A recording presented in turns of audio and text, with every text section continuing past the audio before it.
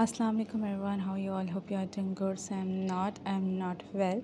तो जनाब आज मैं 11:30 बजे उठी थी। क्योंकि रात को कुछ खाया था जिसकी वजह से मेरी तबीयत बहुत ज़्यादा ख़राब हुई थी। गर्मी में एक तो कुछ खाने का दिल ही नहीं कर रहा, ना नून में दिल कर रहा है, ना नाइट में दिल कर रहा है कि डिनर करें, लंच करें, बस जूसेस पी लो, दूध पी लो। तो रात को मेरा फेवरेट हलीम बना था, तो फिर मैंने खा लिया था। क्योंकि खाना मैंने दोपहर का भी नहीं खाया था, दिल ही नहीं चाह रहा कुछ खाने का। और मेरी एक आदत है कि घर में जब कोई मेहमान आना होता है या फिर कोई काम हो रहा होता है, कोई फ़ंक्शन होना होता है, तो मेरी भूख ही ख़त्म हो जाती है टेंशन के मारे। और यानी मैं अगर खुश हूँ ना तो मुझे बहुत ज़्यादा भूख लगती है और बहुत ज़्यादा खाती हूँ, और अगर मैं कुछ टेंशन में हूँ या दुखी हूँ तो मेरी भूख ही उड़ जाती है और मुझे बिल्कुल से भूख नहीं लगती। तो मैंने बोला काफ़ी टाइम हो गया, चलो मैं खा लेती हूँ। तो रात को मैंने हलीम खा लिया था, मेरा फेवरेट भी है, जिसकी वजह से मेरी तबीयत बहुत ज़्यादा ख़राब हुई थी। सुबह आके इतना पेट में दर्द हो रहा था कि बस। वैसे तो हमारे नाश्ते में बेकरी आइटम होते हैं, लेकिन 2-3 दिन से इत्तेफाक से पराठे बन रहे थे, कभी कोई प्रॉब्लम कभी कोई प्रॉब्लम।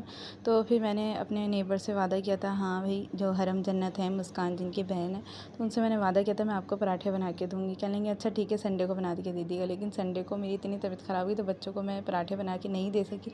फिर मैंने मोबाइल ऑन करा है कि मैं उनको कॉल करके बता दूँ आई am not well, so I couldn't make the paratha for you. तो मोबाइल ही ऑन नहीं हो रहा था, इतनी मुश्किल से ऑन हुआ, फिर ये दोबारा बंद हो गया था। तो बस यही मतलब आजकल क्या, वैसे भी मुझे मोबाइल चार्ज करना याद ही नहीं रहता, तो मेरा मोबाइल बिल्कुल चार्ज नहीं था। तो बच्चे बेचारे, मैंने बोला इंतज़ार ना करें। फिर मॉम ने बना के दे दिया था ये टैंग, बोला चलो टैंग बना के टैंग ही पी लो, क्योंकि हो सकता है तुम्हें डिहाइड्रेशन हो गए हो, जिसकी वजह से तुम्हें ऐसा हो रहा है। आजकल तो मॉम का भी दिल नहीं चाह रहा कुछ खाने का, तो मॉम बस ये लंच में बर्गर ही खा रही थी और मैं यहाँ बना रही थी अपना टैंग। और टैंग में मैंने चीनी डाल दी थी। टैंग में हम लोग चीनी डाल के पीते हैं क्योंकि वो बहुत ज़्यादा खट्टा होता है, तो प्लेन नहीं पिया जाता। तो यहाँ मैंने शुगर मिक्स कर ली थी, उसके बाद मैंने इसमें टैंग डाला और टैंग बन जाएगा हमारा। तो गर्मी में वैसे ही कुछ खाने का दिल नहीं चाह रहा और बस दिल चाह रहा है जूस पिए जाओ, और पानी पीना तो याद ही नहीं रहता। यानी गर्मी में भी पानी पीना याद नहीं हो रहा है, तो ये मतलब हाल हो गया है हमारा। तो बस फिर मॉम ने बोला हाँ डिहाइड्रेशन हो गई होगी आपकी, तो आप जूस बना के बस बार बार जूस ही पियो।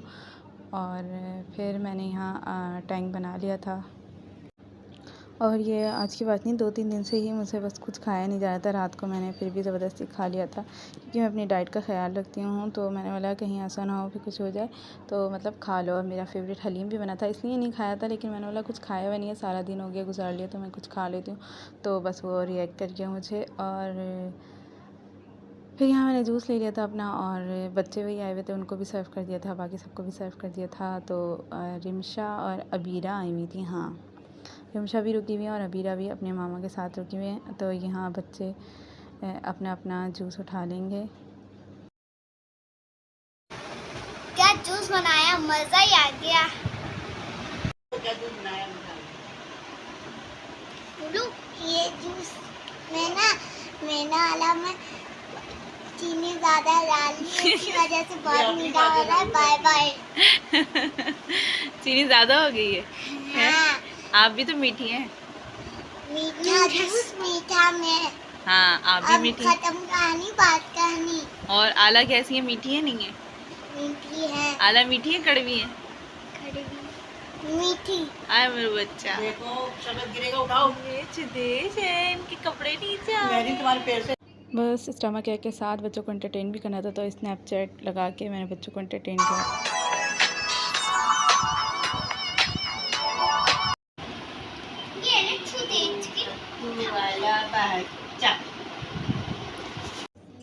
बस यहाँ स्नैपचैट में ही लगा के बच्चों को एंटरटेन किया, कि बच्चों की मर्ज़ी होती है कि हमारे साथ खेलें या कुछ करें। तो मैंने लगा ये बैठे बैठे का काम हो जाएगा, तो यहाँ मैंने स्नैपचैट पे इन लोगों को लगा दिया। फिर उसके बाद मैं तैयार हो गई थी, मुझे अपनी सिस्टर को लेके जाना था पार्लर, उन्होंने कुछ सर्विसेज लेनी थी पार्लर से। तो मेरा मोबाइल तो बिल्कुल से चार्ज नहीं था, तो मैंने ऐसे ही रख दिया था और यहाँ जाने के लिए तैयारी हो गई थी।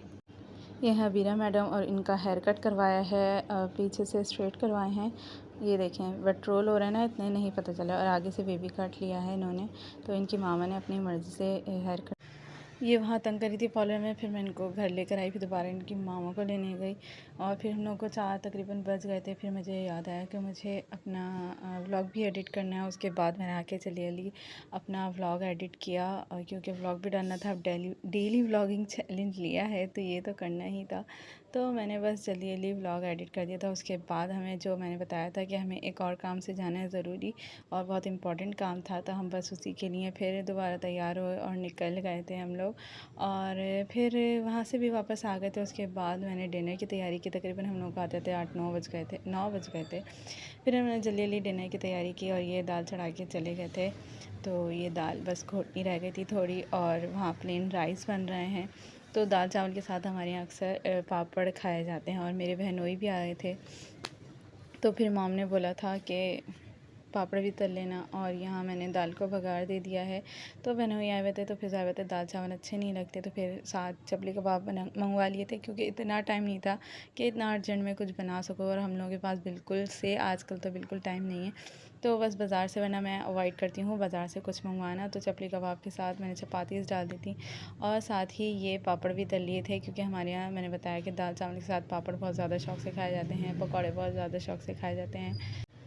बस फिर चपातीस थी, कबाब थे, दाल चावल थे, सैलेड थी, सैलेड मेरी मॉम ने काटी थी और ये पापड़। तो बस यही डिनर था आज का। तो डिनर कर लिया था। उसके बाद ये सुदेश हैं और ये बस खेल रहे थे। उसके बाद ये लोग चले गए थे। रिमशा हमारे पास रुकी हुई थी और सुदेश और इनकी मामा और इनकी सिस्टर जो अबीरा फ़ातिमा थी वो अपने घर चली गई। आज मुस्कान के पास भी गए थे, फिर हम लोग मुस्कान के पास चले गए थे डिनर वगैरह से फ्री होके। तो मुस्कान माशाल्लाह बेहतर हैं, लेकिन अभी भी रिपोर्ट नहीं आई है। डॉक्टर को नहीं पता कि क्या हुआ है बच्ची को। और फिर मुझे बताना भी था कि मैं आज पराठे क्यों नहीं बना के दे सकी क्योंकि मेरी तबीयत सही नहीं थी। इन लोगों को पता ही नहीं था, तो मैंने बताया जाके कि हाँ मेरी तबीयत सही नहीं थी इसलिए मैं पराठे बना के नहीं दे सकी सुबह में। तो कहने लगे नहीं हमने नाश्ता कर लिया था, कोई मसला नहीं, वरना मुझे बहुत ज़्यादा गिल्टी फ़ील हो गया था। मैं बच्चों से प्रॉमिस कर चुकी थी कि हाँ मैं पराठे बना के भेजूँगी। फिर हम लोग वापस घर आ गए थे और घर आके यहाँ बर्तन वॉश करने थे क्योंकि जो डिनर किया था उसके सारे बर्तन रह गए थे। तो मुस्कान के पास चले गए थे क्योंकि अगर वहाँ लेट जाते तो फिर प्रॉब्लम होती। हमने बोला चलो बर्तन लेट धो लेंगे लेकिन पहले होकर आ जाएं। तो इतना लेट किसी की घर जाना भी अच्छा नहीं है, तो हम लोग पहले वहाँ होकर आए। हमने बोला बस बर्तन धुलते रहेंगे, फिर बर्तन धो देते हैं, किचन भी समेट दिया था। उसके बाद नमाज इशा पढ़ी। आज नमाज इशा बहुत ज़्यादा लेट हो गई थी, तो नमाज इशा पढ़ी। उसके बाद हमने पढ़ा कुरान, क्योंकि आपको पता है सोने से पहले हम कुरान पढ़ते हैं। तो हमने सोने से पहले अपना कुरान पढ़ा और उसके बाद हम सो गए। तो यही था आज का blog. Like do like share subscribe and if you have already subscribe so press the bell icon for more update. और आपको डेली व्लॉगिंग चैलेंज कैसा लग रहा है? 5 दिन हो गए हैं, सिर्फ 2 दिन बाकी रह गए हैं, उसके बाद सुकून आ जाएगा। चलें अब टाटा बाय बाय।